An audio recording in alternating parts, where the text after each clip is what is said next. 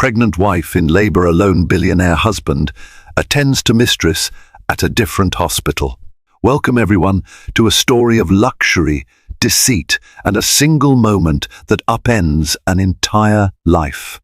In a world where a mansion on the hill symbolizes success, and a fleet of luxury cars in the driveway confirms status, love itself becomes vulnerable.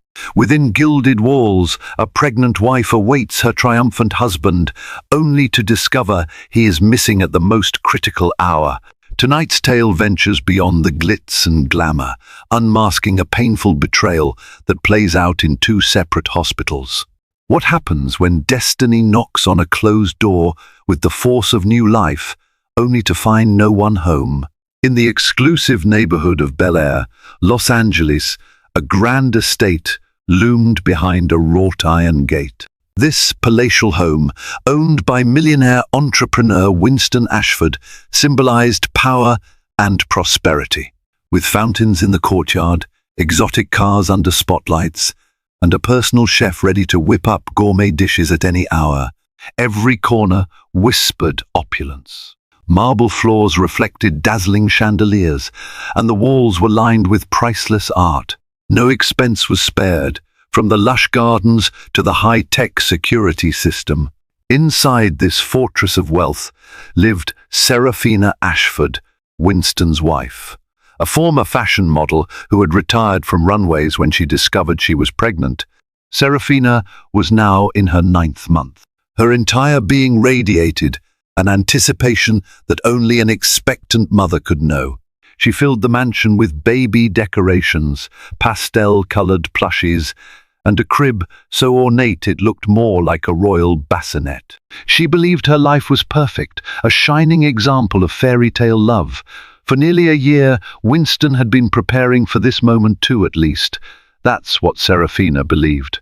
Late-night business trips, investor meetings, and lavish parties had kept him away frequently, but she assumed it was all part of being a successful CEO of Ashford Innovations, his tech company.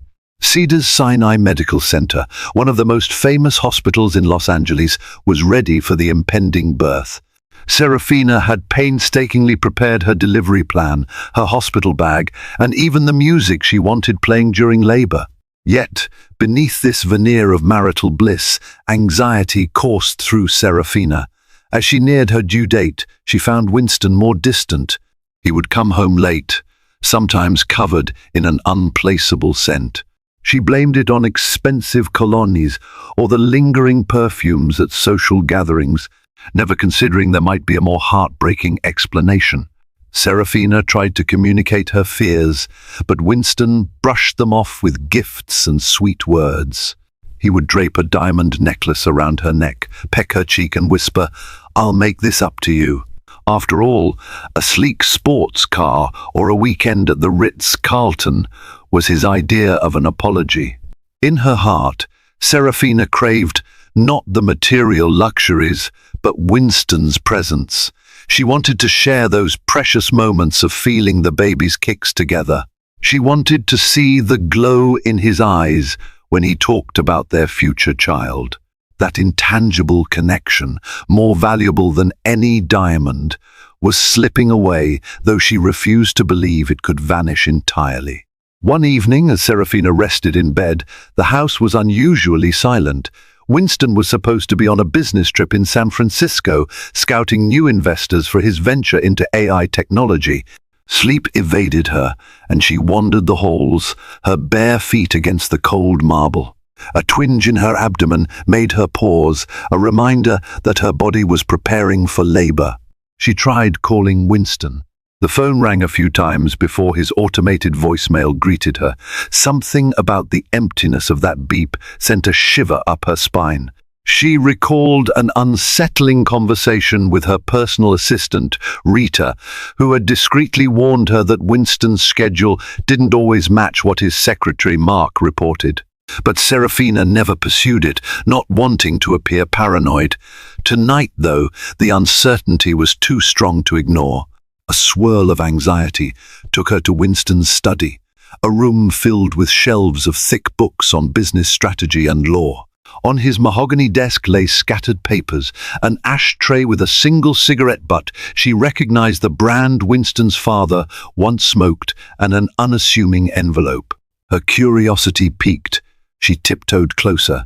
Inside the envelope, she found a hotel invoice from the Four Seasons in Beverly Hills, dated the night before. Winston had claimed to be halfway across the country, so why a local hotel? Bewildered, she scrutinized the bill. It wasn't just a single room charge. It included a separate suite, spa services for two, and several expensive bottles of champagne. Her heart pounded. She tried to calm herself. It could be a mistake. She reasoned, some glitch or a business associate lodging. But the invoice was in Winston's name. The next page of documents held her attention even tighter. Hospital appointment forms from a prestigious private clinic, also in Beverly Hills, for an unnamed patient accompanied by Winston Ashford. Seraphina's jaw tightened. She felt a wave of dizziness. Was Winston taking a family member to the hospital? But the forms specified a visit to the maternity ward. Confusion and heartbreak warred in her chest. She was pregnant, yet these documents implied Winston had attended a maternity appointment for someone else. Before she could process the implications, the phone in her hand vibrated. A text from Winston, "I'll be late again tonight. Got stuck in a last-minute dinner meeting. Don't wait up." Her vision blurred with tears. The pieces of the puzzle, which she'd tried to ignore, now formed a damning picture. She told herself there might still be an explanation, but deep down, her instincts knew the truth. Seraphina's world felt as if it had shifted on its axis. She clutched her growing belly protectively, whispering reassurances to the baby within. The next morning, she waited at the breakfast table, determined to confront Winston. Yet he never showed. Instead, she found a cryptic note in the foyer, "Heading out early, important meeting, love you." Each word stung like a betrayal. For so long she had adored Winston, trusting him implicitly. Yet the more she observed, the more obvious it became. She recalled how Winston would dodge her lips to plant kisses on her cheek, how he always had a reason to leave the house at odd hours, how secretive phone calls ended the moment she walked into a room. Seraphina's gut twisted with the realization that Winston might have another woman. Rather than wallow, she sought clarity. That afternoon, she asked Rita to dig deeper. With caution, Rita reported that Winston had reserved a private hospital room for someone named Cassandra Knight. Cassandra was rumored to be a rising star at Ashford Innovations, personally recruited by Winston after an impressive interview. Staff whispered about the nature of their bond, but no one dared speak openly. It was widely known. Winston was married, so if there was more to that relationship, it was kept under wraps. The seed of betrayal planted in Seraphina's heart grew thorns, and yet she still clung to a faint hope that it was all a misunderstanding. She tried calling Winston repeatedly, but his phone seemed perpetually busy. She left messages asking him to come home, telling him she wasn't feeling well. The baby was due soon. She needed him. Night after night, Winston's absence loomed. He made excuses, claiming he was caught in unstoppable business deals. Seraphina couldn't help but notice her once flourishing marriage was eroding beneath deception. She felt lonely in the sprawling mansion, ironically the same home she once considered a dream come true. A week later, during a quiet afternoon, Seraphina's contractions began. At first, they were mild twinges, but soon they intensified into waves of pain that left her breathless. Alarmed, she phoned Winston, no answer. She texted him, "I think this is it. I'm having contractions. Please come home." But her messages went unread. Panic rushed through her. She called her doctor, who advised her to head to the hospital immediately. Cedars Sinai Medical Center had been prepped for her arrival. Seraphina instructed the driver to bring the car around. She packed her hospital bag, tears brimming in her eyes as she wondered where Winston could possibly be. The ride to the hospital was a swirl of pain and confusion. Her mind raced with questions. Was Winston with Cassandra? Did he even know she was in labor? Would he forsake her and their child for someone else? Upon reaching Cedars-Sinai, she was immediately taken to the delivery ward. The sterile corridors smelled of disinfectant and worry. Nurses asked about her support person. She mumbled, "My husband. He should be here," but Winston was nowhere to be found. As nurses hurried about, placing Seraphina on monitors to track the baby's heartbeat, she fought waves of both physical and emotional agony. She continued calling Winston between contractions.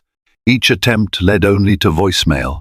In a final, desperate effort, she left a voice message, "Winston, the first scared. The baby's coming and you're not here. Please, come." At the very moment Seraphina was being prepped for delivery, Winston stood in a private suite at a different hospital, Beverly Hills Private Medical Center, overlooking a city glittering in midday light. The hush of the corridor was broken by occasional staff footsteps. Tension weighed on Winston as he paced back and forth, glancing at his phone only to silence it repeatedly. Inside the hospital room, Cassandra Knight lay pale against white sheets.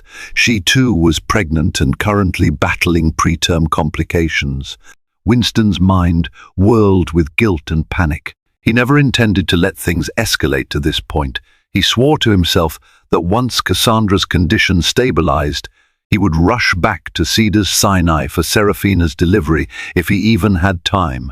Cassandra, a brilliant software developer, had stolen Winston's attention months ago. Her intelligence, ambition, and captivating aura had lured him into an affair. Winston had convinced himself that it was just a passing fling, something that would fizzle out. But when Cassandra announced her pregnancy, everything changed.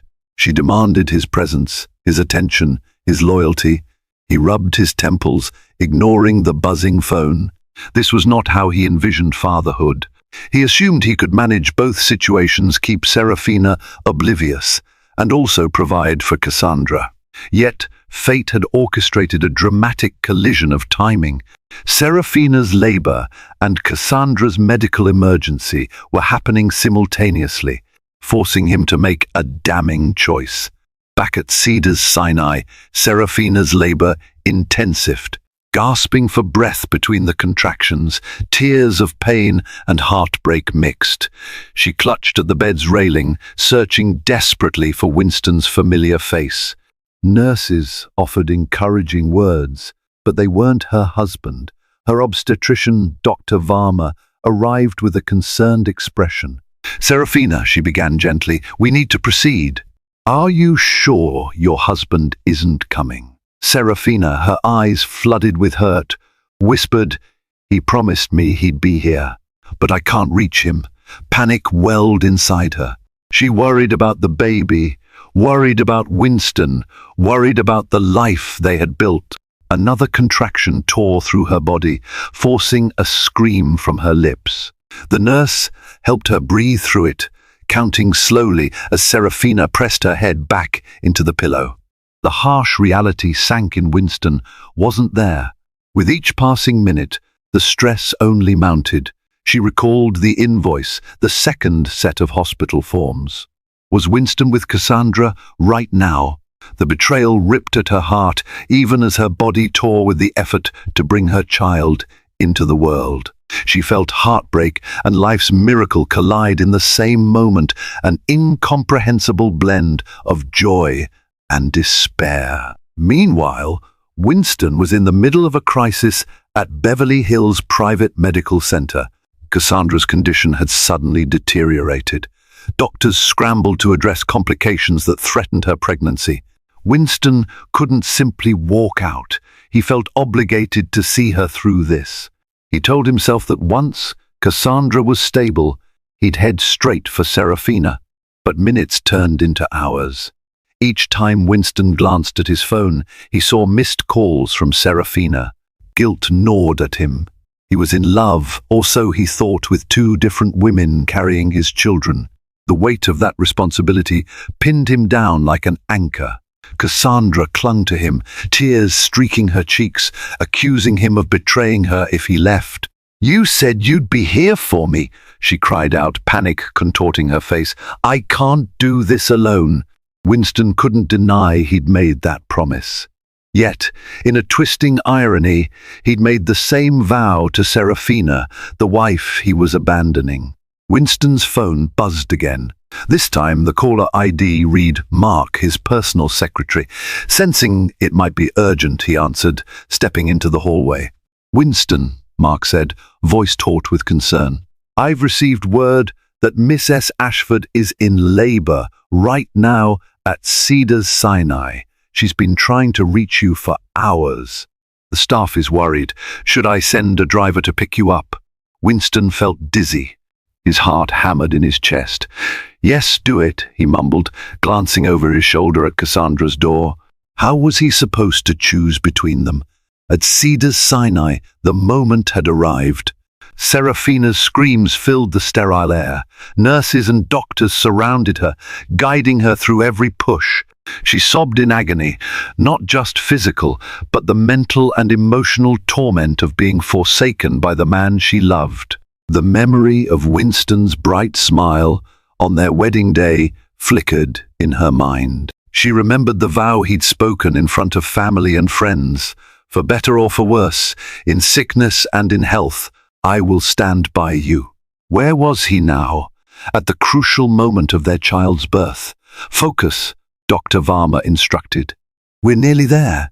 Seraphina bore down again, gritting her teeth, tears streaming down her face. Summoning all her strength, she gave one last push, and the delivery room erupted with the sound of a baby's first cry. A newborn's wail that spoke of life and vulnerability. The nurses placed a tiny, wriggling baby boy in Seraphina's arms. She wept with a complex mixture of overwhelming love and piercing sorrow. Her child, warm and alive against her chest, was perfect. In that breathless moment, she forgot Winston's absence and let the flood of maternal devotion wash over her.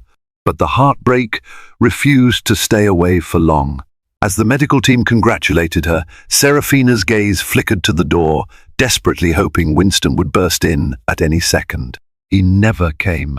While Seraphina cradled their newborn, Winston was still at the other hospital.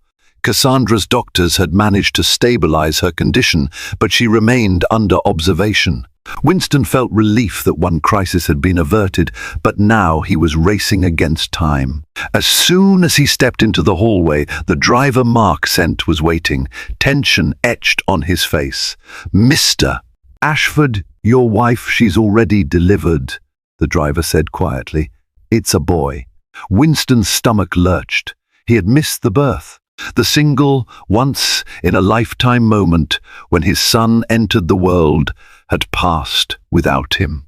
Shame twisted inside him like a blade. He rushed out of the hospital, ignoring Cassandra's pleas to stay. He was torn apart, haunted by the realization that his marriage might never recover from this. During the frantic car ride across town, Winston prepared excuses in his head. An emergency meeting. A phone malfunction, anything but the truth. Yet deep down, he knew Seraphina might never forgive him if she learned he had been with another pregnant woman. By the time Winston arrived at Cedars-Sinai, the sun was dipping behind Los Angeles skyscrapers. The warmth of the day had given way to twilight. The hallway outside Seraphina's room buzzed with hospital staff, changing shifts. Winston felt hot shame course through him. Heart hammering, he stepped into the room. Seraphina lay in bed, pale and exhausted. The baby was asleep in a bassinet nearby.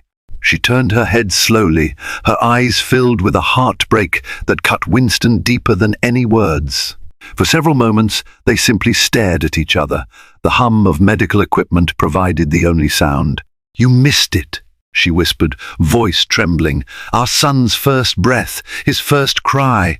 Winston swallowed hard. There was a situation. Work got complicated. My phone died. The lies stumbled out, hollow and unconvincing. A single tear slid down Seraphina's cheek. "I was alone, Winston," she said brokenly. "I needed you. Our son needed you." He approached her, gingerly placing a hand on her shoulder. "I'm sorry," he murmured, guilt pressing on him like a mountain. He tried to mask his panic over Cassandra and the fiasco awaiting him at Beverly Hills Private Medical Center. Seraphina's gaze flickered to his phone, which he had in his pocket. She knew it wasn't dead because she could see the screen light up briefly when he adjusted his coat. "You always taught me to be honest," she finally said. "So where were you, really?" Winston stammered. It was an investor meltdown. I had to rush to quell the situation before it harmed the business. Timing was terrible. I truly couldn't leave. The excuses felt like acid on his tongue. Seraphina's lower lip quivered. She knew he was lying, but with her newborn in the room, she couldn't muster the strength for a full confrontation. Instead, she closed her eyes and turned away. Over the next few days, Seraphina recovered in the hospital. Winston visited, but his presence was awkward, overshadowed by tension. Whenever the baby fussed, Winston tried to help, though it felt forced. Seraphina grew increasingly distant, her warmth replaced by a guarded silence. Every time Winston left to handle business, Seraphina was struck with crippling anxiety. She pictured him hurrying to Cassandra's side, ignoring the baby they had just brought into the world. She felt the shift in her marriage. Once solid as stone, now it felt built on sand. Nurses and visitors could sense the tension. A few recognized Winston from tabloids that lauded his business ventures. Whispers circled that he had arrived suspiciously late for the birth. Seraphina pretended not to notice. She was grappling with her own swirling pain, carrying the weight of heartbreak while trying to remain strong for her child. On the day she was discharged, Winston escorted her to their chauffeured car. The ride home was suffocatingly silent. Seraphina stared out the window, rocking the baby in her arms. Winston, checking his messages, tried to placate her with quiet attempts at conversation. "The nursery is ready. I added a few more things you might like." Seraphina nodded, but said little. Returning to the Bel Air mansion was surreal.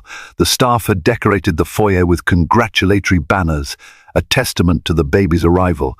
Seraphina moved through the house like a ghost, uncertain how to reconcile the environment with her heartbreak. Winston followed a step behind, like a stranger. At the threshold of the nursery, lavishly done in pastel shades, a chandelier shaped like fluffy clouds, Seraphina paused. She laid the baby in the crib, her gaze lingering on Winston.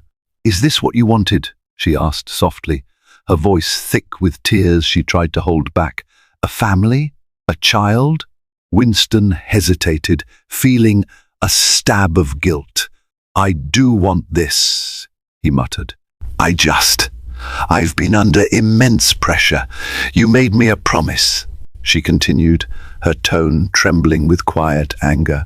"You said you'd be here for me, for our baby." He looked away, guilt burning his cheeks. How many more lies could he spin? As Seraphina settled into a rocking chair to nurse the baby, Winston realized she hadn't asked him to leave. She hadn't demanded an explanation yet. She was likely still too physically and emotionally exhausted to confront him fully. Late that evening, as Seraphina dozed with the baby in her arms, the doorbell rang. Winston, exhausted, rubbed his temples, instructing the butler to see who it was. Moments later, the butler returned, his expression perplexed, and announced, "A Miss Cassandra Knight is here, and she seems distressed." Winston's heart nearly stopped. Cassandra at his front door? She hadn't even called beforehand. Terror gripped him. He rushed to the foyer, where Cassandra stood, eyes flickering with anger and desperation. She was dressed in a hospital gown partially covered by a coat, and her eyes were red from crying. "What are you doing here?" Winston hissed under his breath, casting nervous glances around, making sure the staff was out of earshot. "I had nowhere else to go," Cassandra snapped, her voice trembling. "You told me you'd be there for me." Then you disappeared after they stabilized me. I was discharged a day later, but you never answered my calls. I needed to talk to you." Winston stammered. "We can't do this here. Seraphina, Seraphina," Cassandra scoffed bitterly. "You said you would leave her for me eventually if it came down to that. But you vanish? Do you even know how terrified I've been?" Winston's mind spun. A staff member or Seraphina might appear at any second. He led Cassandra outside to the courtyard, the fountains trickling water masking their heated whispers. "You can't show up here unannounced," he admonished. "This is my home. My wife just had a baby." Cassandra's lip curled. "And so did I nearly. I almost had mine prematurely, remember? You pledged to care for me. Or was that just another one of your empty promises?" Winston fell silent. The double life he had precariously balanced was crashing down around him in a single night. A swirl of guilt, frustration, and fear lodged in his throat. In the nursery, Seraphina thought she heard raised voices outside. Curiosity piqued. She gently laid the baby in the crib, wrapping him snugly in a blanket. Her body still ached from the birth, but the urgency spurred her on. She stepped quietly through the corridors, the faint sound of Winston arguing with someone drifting to her ears. She approached an open window that overlooked the courtyard. Her breath caught in her throat at what she saw, Winston speaking urgently to a young, visibly pregnant woman. Seraphina's heart lurched, recognizing her from the fragments she had pieced together, Cassandra Knight. She couldn't hear every word, but it was enough. "You told me you'd be there for me," Cassandra was saying. "You can't just abandon me." The truth was laid bare. Seraphina stumbled back, her vision swimming. It was worse than she feared. He was seeing someone else, and that someone else carried his child. She recalled the night in Winston's study when she found the hotel bill and hospital forms. The puzzle was complete, and the devastating picture left her reeling. Desperate for answers, Seraphina gathered her courage and walked into the courtyard. Winston and Cassandra both froze at the sight of her pale, exhausted, yet resolute. Seraphina's voice was hoarse but steady. "I want to know everything, right now." Under the soft glow of the courtyard lights, a drama unfolded. Winston opened his mouth, stuttering for an explanation that wouldn't come. Cassandra turned away, tears streaking her cheeks. "You lied to me," Seraphina said, locking eyes with Winston. "All those late nights, the business trips. I gave you the benefit of the doubt. I trusted you." Winston took a shaky breath, stepping forward, arms raised as if in surrender. "I never meant this was a mistake. I got caught up in something I couldn't control." Cassandra scoffed, hugging her coat around herself. "Couldn't control? Don't make excuses." "You led me on, Winston. You said you loved me, that you would take care of me and our child." Seraphina's composure cracked. "She's pregnant with your baby?" Her voice wavered, tears threatening to overflow. Winston nodded, unable to meet her gaze. It was an affair, but it wasn't supposed to go this far. Cassandra found out she was pregnant. "I didn't know how to tell you." Seraphina's eyes glistened with tears, heartbreak mingled with rage. "And so you left me to give birth alone, while you attended her, your mistress, at another hospital?" Winston opened his mouth, but words failed him. He merely stood there, the weight of his betrayal laid bare. The hush was broken only by the sound of water cascading in the nearby fountain. Trembling with hurt and fury, Seraphina wiped her tears. "You made your choice. You chose her in my hour of greatest need." Cassandra stepped forward, glaring at Winston. "I don't want to be here causing havoc, but I have no one else. My family disowned me when I refused to terminate the pregnancy. Winston, you said you'd stand by me. You can't just abandon me now." Seraphina leveled a haunted stare at Winston. "Is that what you promised her? That you'd leave me?" He shook his head fervently. No, that's not what I said. She's twisting my words. I said I'd take responsibility, help financially, and see the child. I never said I'd leave you. I love you, Seraphina. A bitter laugh escaped Cassandra. He told me you two were practically estranged. He said your marriage was loveless, for appearances. He told me he was done with you. Seraphina's eyes filled with fresh tears. She whispered, "Is that what you told her?" Winston shook his head, though guilt was etched on his face. That was never true. I tried to explain. Cassandra, I told you I wanted to do right by the baby. But not by me, Seraphina said, her voice shaking. Not by our son, who entered this world without his father by his side. Cassandra let out a choked sob, realizing she might have been lied to as well. All those promises Winston made felt hollow now. Her anger was matched by a piercing sense of betrayal, but for different reasons. Seraphina's voice hardened. I'm not interested in listening to you weave excuses anymore. We have a newborn upstairs. I can't do this back and forth. I won't. Winston, this is your mess. Make your decision, because I'll protect my son from this insanity. The night turned into a swirling storm of emotional confrontations. Winston's frantic attempts at damage control failed. Neither woman trusted him. Cassandra threatened legal action, child support claims, telling Winston she wouldn't be tossed aside. Seraphina retreated into heartbreak, but refused to crumble. The staff discreetly kept their distance, though half of them surely heard the commotion. The million-dollar estate that once symbolized success was now a battlefield of broken vows. Eventually, Cassandra stormed out, tears burning on her cheeks, vowing Winston would pay for betraying her.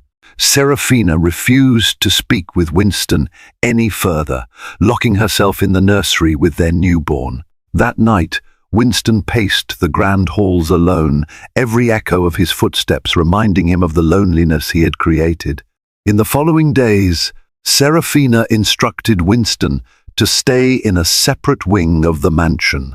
She busied herself caring for their infant son, who seemed to sense the tension. The once resplendent home felt colder, weighed down by heartbreak and secrets.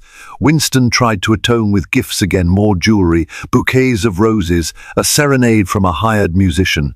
Seraphina barely acknowledged these efforts. She told Winston, "This isn't something you can fix with money. You betrayed me at my most vulnerable moment." Winston's empire began to tremble as well. News of the affair leaked within Ashford Innovations. Gossip spread that the CEO had fathered 2 children simultaneously. Investors grew uneasy, suspecting Winston might be reckless in his personal life, which raised doubts about his leadership. Board members grew restless, some suggesting he stepped down temporarily.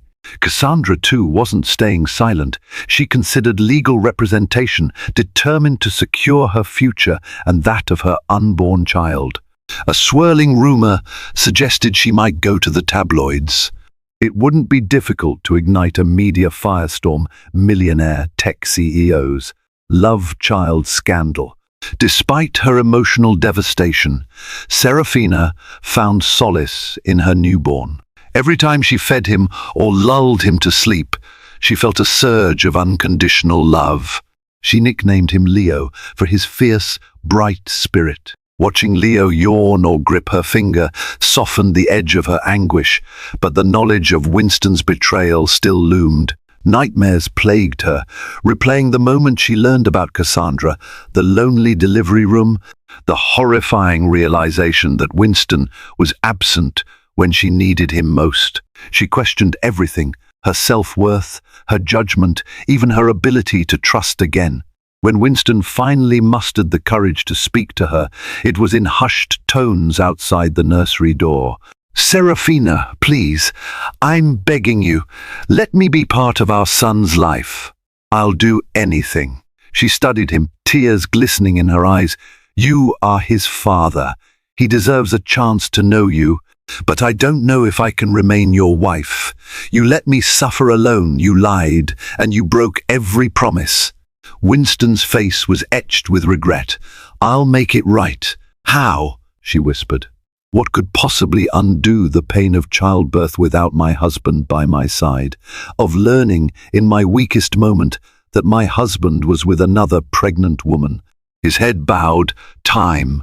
I'll prove to you I can change." Seraphina gently closed the door, leaving him standing there in his silent torment. One bright morning, Winston's life took another sharp turn. He received a call from his legal team. Cassandra had filed an official paternity suit. She demanded financial support, medical expenses, and future child support. Moreover, a rumor circulated that she was entertaining offers from tabloids to sell her story. Winston's face paled. If Cassandra went public, his business empire could face catastrophic losses. Investors already wavered in their confidence.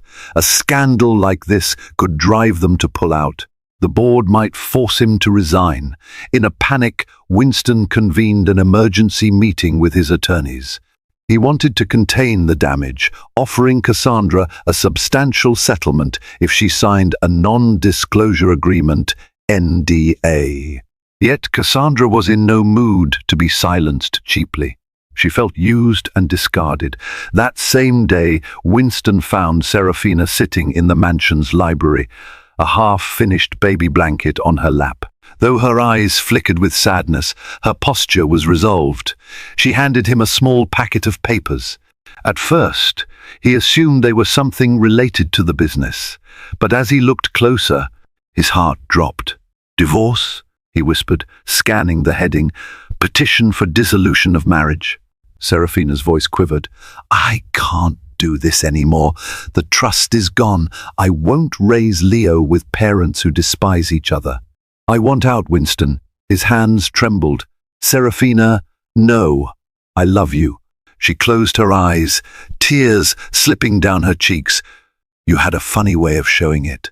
I need to protect myself and our son from more heartbreak."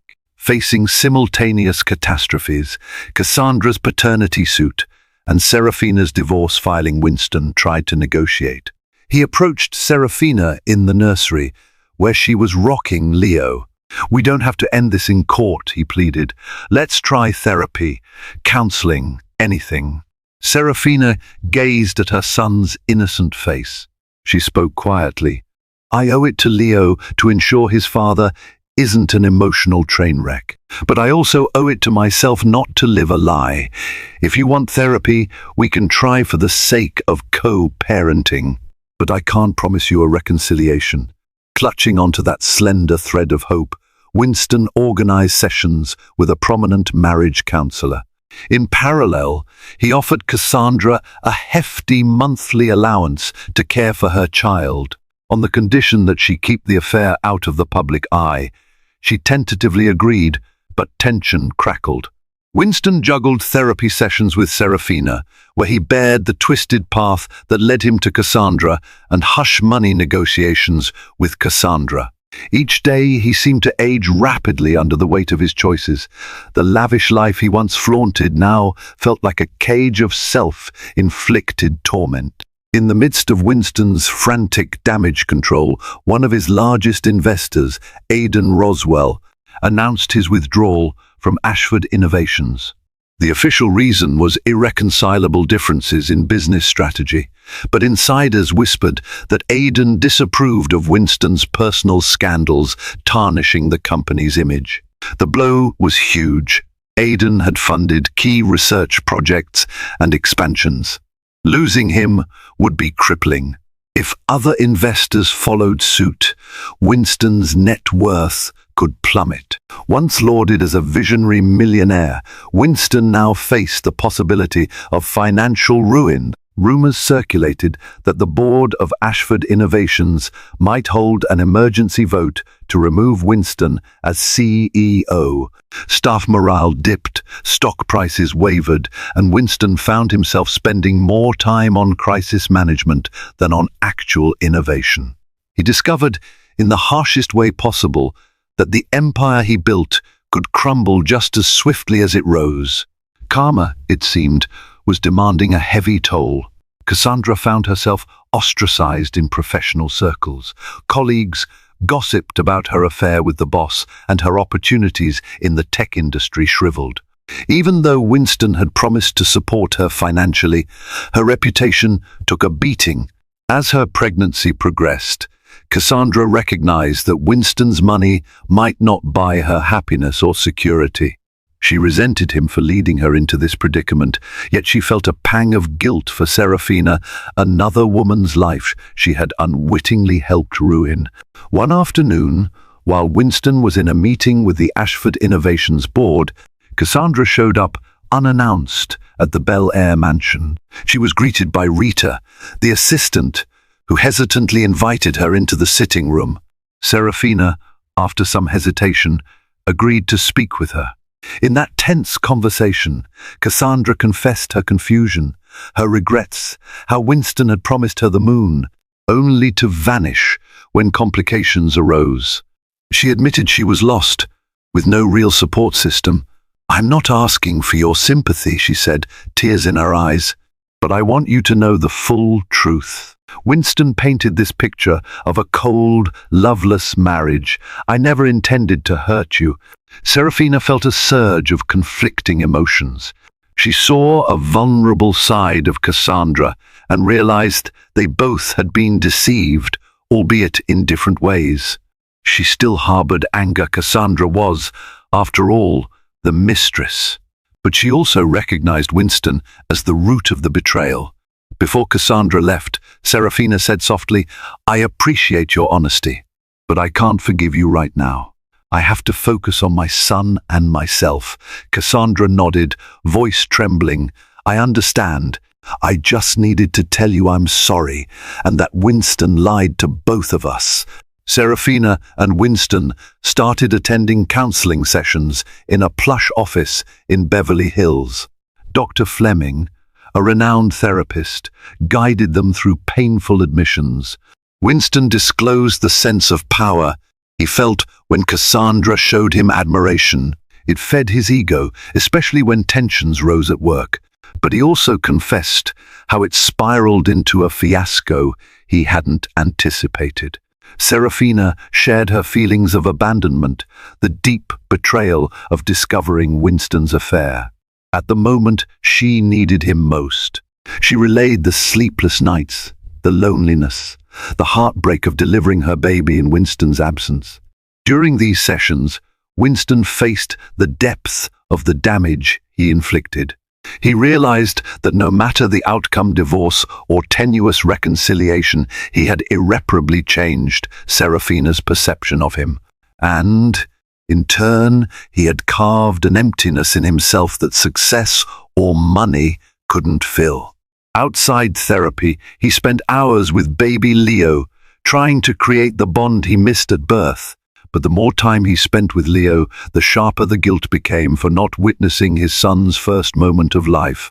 Months passed. The divorce filing remained, but Seraphina, at Dr.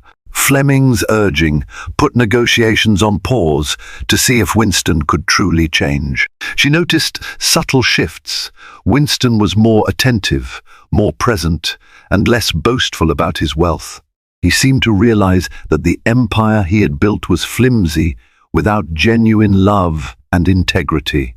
He even took steps to address the scandal at Ashford Innovations transparently. In a press conference, he admitted personal mistakes and pledged to maintain professional standards, stepping back from day-to-day operations to allow the board more control. Though it didn't fix everything, it stemmed the tide of investor panic. It was a humbling moment for Winston. In the quiet of the mansion, Winston asked Seraphina for a chance to show he was truly remorseful. He offered to sign any post-nuptial agreement she desired, ensuring she and Leo would always be financially secure. He told her she could walk away anytime. All he asked was for the opportunity to be a part of Leo's life, even if their marriage was over. Seraphina saw sincerity and pain in his eyes. She was no fool, she'd been burned deeply. But part of her remembered the Winston she once loved. "We'll take it one day at a time," she said, hugging Leo close. "I can't promise anything beyond that." Just when it seemed Winston was slowly piecing his life back together, a new blow struck. Cassandra gave birth prematurely, facing severe complications. She needed immediate financial and emotional support. Winston was listed as the father on the birth certificate, so the hospital bills piled up quickly. Faced with these new financial burdens, Winston had to divert large sums from his personal accounts. His net worth, once so formidable, dwindled with each invoice for specialized neonatal care and postpartum support. The board at Ashford Innovations saw these distractions as damaging Winston's focus. They voted to permanently replace him as CEO, citing the need for stable leadership. Winston was relegated to a silent partner, retaining shares but losing executive power. Sitting in his study, Winston stared at the letter from the board, the final blow to his once sky-high ambitions. He had soared too close to the sun, fueled by pride and lust, only to crash. Karma was unrelenting. Despite the chaos, Winston found strange solace in caring for Leo. The baby's small, soft hands reminded him of innocence and unconditional love. Winston realized no matter what happened between him and Seraphina, or between him and Cassandra, he had to be a better father than he'd been a husband. Seraphina observed Winston's paternal instincts awakening. It didn't absolve him of his sins, but it softened her stance a fraction. She remembered how, in earlier years, Winston had spoken eagerly of fatherhood, dreaming about teaching his child to swim in their pool or ride a pony on the estate grounds. Now, Winston changed diapers, read bedtime stories, and paced the floor in the dead of night with a crying Leo in his arms. He rarely missed a feeding. He used to toss money at any challenge, but now he faced fatherhood's demands with humility. It was a small redemption, though Seraphina guarded her heart. Eventually, Cassandra's baby Isabella was stabilized, and Winston visited them. Seraphina knew this day would come. She steeled herself, acknowledging that her child had a half-sibling.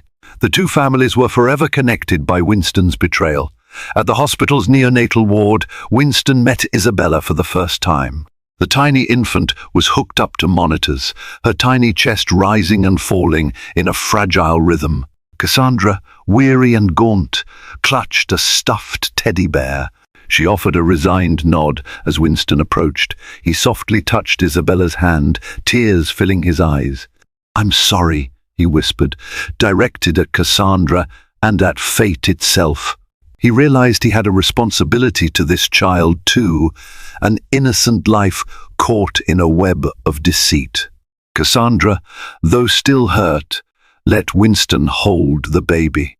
She was too exhausted to argue, too aware they needed Winston's financial support. For a moment, the two shared a silent acknowledgement of their mistakes. Over the following months, an uneasy dynamic formed. Winston supported Cassandra and Isabella financially, ensuring medical bills were covered and providing a modest home for them. Meanwhile, he devoted himself to Leo. Seraphina continued therapy, focusing on her mental well-being. She refused to allow Winston to fully re-enter her life romantically, but they found a tentative rhythm as co-parents.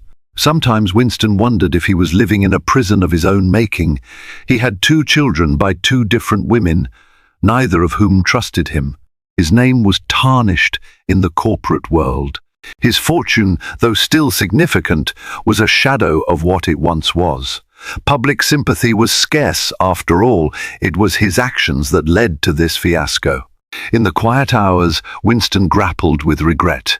He realized that no moment of fleeting passion or ego boost had been worth losing his integrity and hurting the ones he claimed to love. One afternoon, several months after Leo's birth, Seraphina joined Winston in the estate gardens. Leo sat in a pram, cooing at the shifting leaves. The air was fragrant with blooming roses. Seraphina spoke softly. "I've been thinking about everything. Therapy has helped me see my own fears, my hopes, and my capacity to move on. Winston braced himself. Seraphina continued, "I don't know if I can trust you again, not in the way a marriage demands. But I see you've tried. You attend every therapy session, you're there for Leo, and you've stepped up for Cassandra and her baby too." He nodded, swallowing the lump in his throat. "I made the gravest mistakes, and I'll regret them forever, but I want to keep trying, if you'll let me." Seraphina looked down at her hands, turning her wedding ring slowly. "I'm not ready to remove this yet. Part of me wants to, but another part remembers the man I fell in love with before all the wealth and illusions. I see glimpses of him in you now, humbled and caring." A tear rolled down Winston's cheek.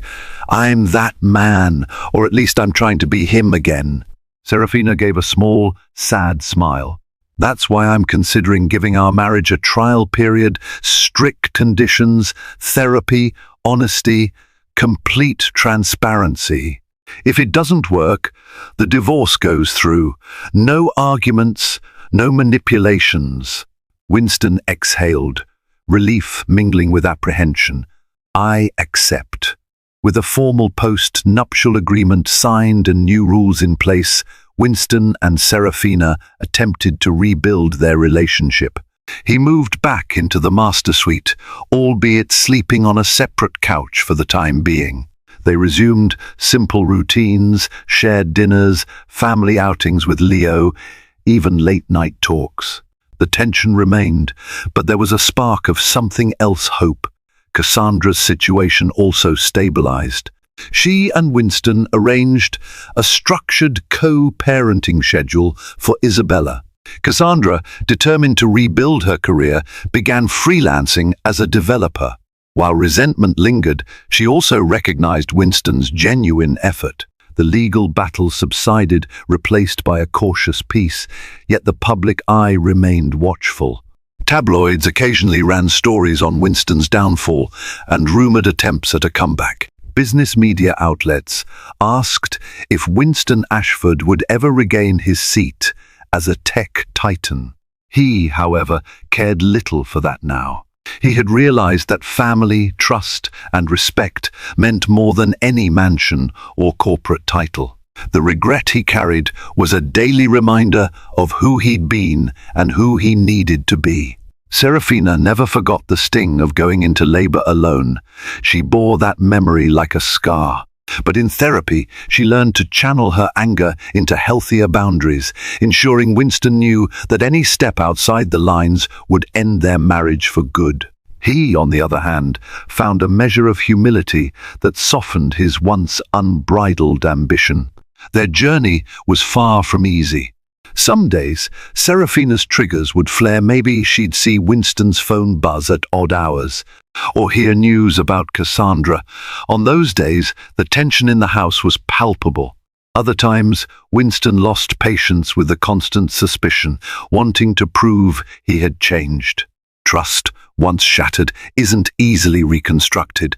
Slowly, though, baby Leo became a unifying force. Each new milestone, his first giggle, his first attempt to roll over, brought Winston and Seraphina moments of unguarded joy. And in those small joys, they found glimpses of healing. In a small private ceremony at the mansion nearly a year after Leo's birth, Winston and Seraphina renewed their vows. It wasn't lavish, just close friends, a few family members, and their smiling baby boy. Seraphina wore a simple white dress, not the opulent designer gown she once might have chosen. Winston donned a modest suit. Under the garden's archway of roses, they pledged to move forward with honesty. This time, the vows were real, stripped of illusions. Winston publicly acknowledged his faults and expressed gratitude that Seraphina allowed him another chance. Seraphina, for her part, vowed to stay open to the possibility of change, but never at the expense of her own dignity or her child's well-being. It was a fragile new beginning, one they both approached with caution. Meanwhile, across town, Cassandra settled into a new apartment, raising baby Isabella. She occasionally saw Winston at the scheduled visits, But she kept her distance otherwise, focusing on building a life without the shadow of scandal. She had learned her own lessons about the cost of entangling herself in another woman's marriage.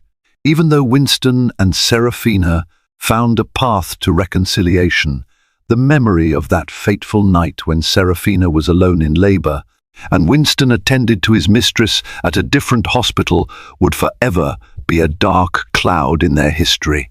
The scars remained, a testament that betrayal leaves indelible marks. Yet from the ashes of deceit came a new family dynamic, one in which Winston strived daily to be a better man. He might never reclaim his billionaire status or the adoration of the press, but he had salvaged something more important, the chance at genuine love and fatherhood, tempered by the lessons of heartbreak. In the end, the hardest earned lesson was that relationships, like fortunes, can crumble with shocking speed. If one is not careful, if one lets ego, greed, or lust dictate choices, life's harshest karma will strike when it's least expected. Winston learned that no amount of money could shield him from the consequences of betrayal. And Seraphina learned that sometimes even the deepest wounds can begin to heal, but only if both parties are willing to fight for redemption with unflinching honesty.